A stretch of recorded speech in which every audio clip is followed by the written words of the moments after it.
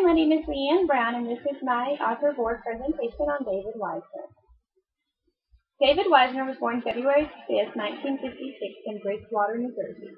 He is the youngest of 5 children. He grew up in a house that was full of art supplies with parents who encouraged his artistic abilities and his creativeness and were always helping him further his abilities. He will tell you that one of his greatest influences as a child was a television show called You Are an Artist. It came on in the 1960s, and there were exercise books that you could purchase to go along with the shows. He purchased every one of the books and worked very hard on every one of the exercises, mastering the skills. In junior high school, he began to study art history. He was particularly interested in the Renaissance and the Surrealistic movement. In fact, his book Free Fall, for which he won a Caldecott Honor Medal in 1989, is an example of his surrealistic work. He went on to college and got a Bachelor's of Fine Arts in Illustration from the Rhode Island School of Design in 1978. He is married to surgeon Kim Kong, and they have 2 children. He says that his 2 greatest influences as an artist and illustrator were Tom Sergeros, who he dedicated the book Tuesday to, and David Macaulay, who he dedicated the book The 3 Pigs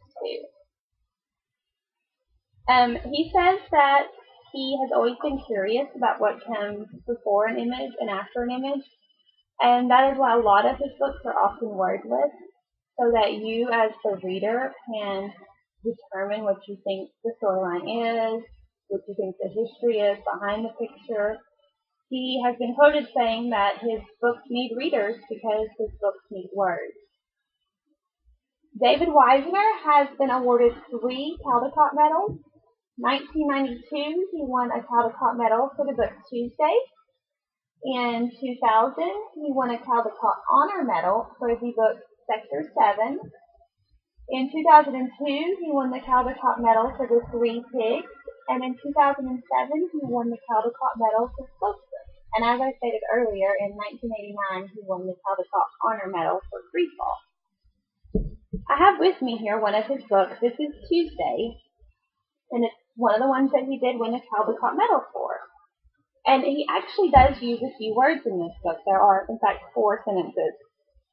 And it's the story of some frogs who float through a town one night and all the things that they see, and it kind of allows you to interpret each image, and it uses great color, great illustration. It would be really good for an art lesson on color and images. But here is just one picture of the frogs floating. As you can see, it's really quite cute. They're all on lily pads and just floating around the town, seeing all the houses.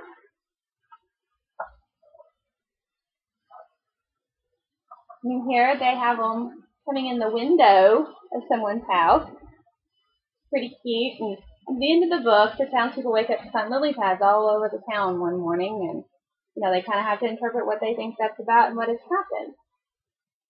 Here is another book for which he won a medal. It's called Flotsam. It is a book about a little boy who discovers a vintage camera on the beach one day that is washed up, and through it he's able to see life in the bottom of the ocean, and he's able to see photos of other children who have also found this exact camera at some point.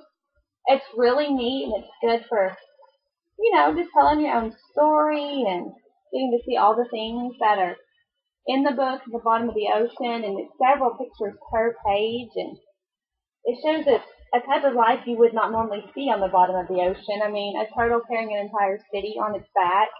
It's pretty cute, and again, I think kids would love it because there's great illustration, great color work.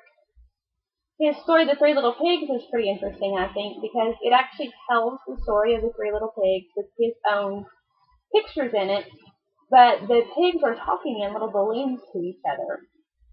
And they're interpreting the story a little different, telling their own side at the same time. And it would be great to use in class because the students could kind of tell their own story too. You could also incorporate the book The True Story of the 3 Little Pigs, where the wolf tells his story, and kind of show how stories come with different images. Anyway, that's a little bit about David Wiesner and his books, I kind of think of him more as an illustrator than an author, but definitely somebody you should check out and incorporate into your classroom.